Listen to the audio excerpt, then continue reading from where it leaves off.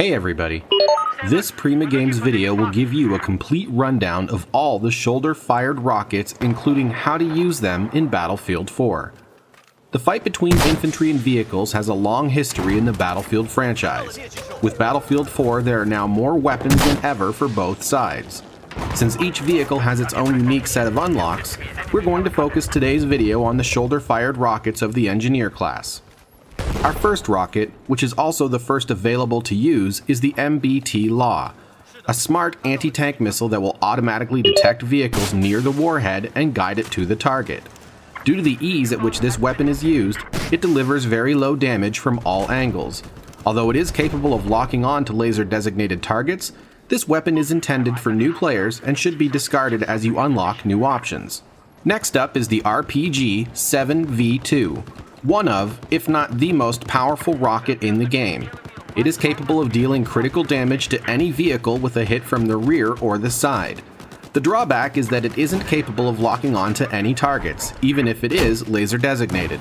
Still, a favorite option for veterans looking to destroy ground vehicles and aircraft at close to medium range.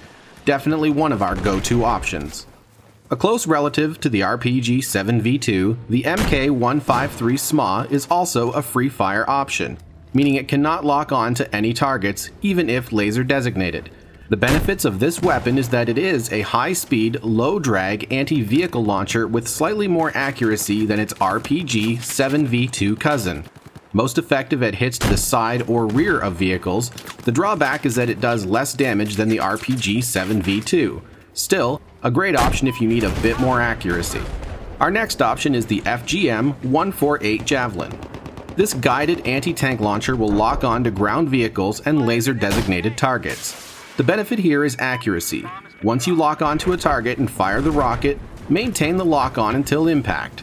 The near-perfect accuracy is a huge bonus, but having to maintain the lock-on does leave you vulnerable to attack.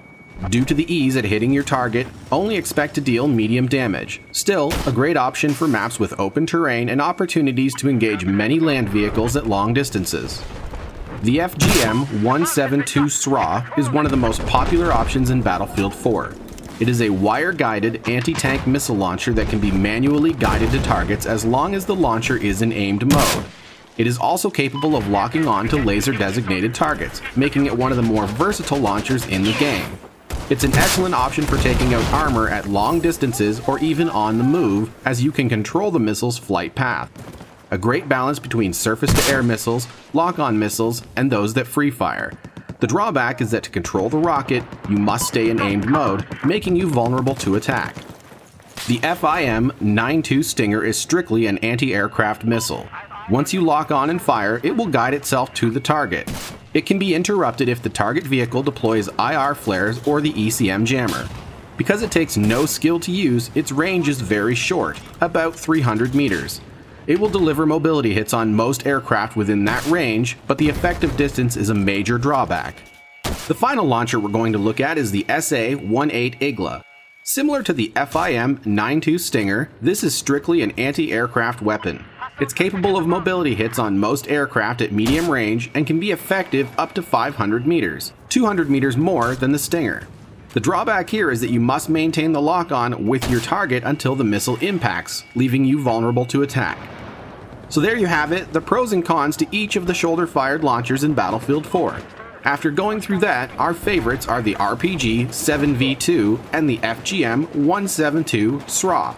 While the RPG requires a higher level of skill to use, its damage is devastating and can't be matched.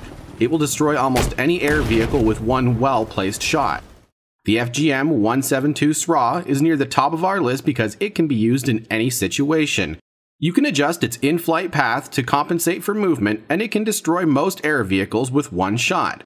If you're looking to be ready for any situation, we'd suggest picking up one of these two the next time you load out.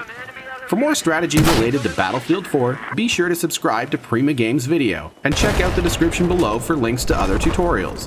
What is your favorite launcher in Battlefield 4? Let us know in the comments below.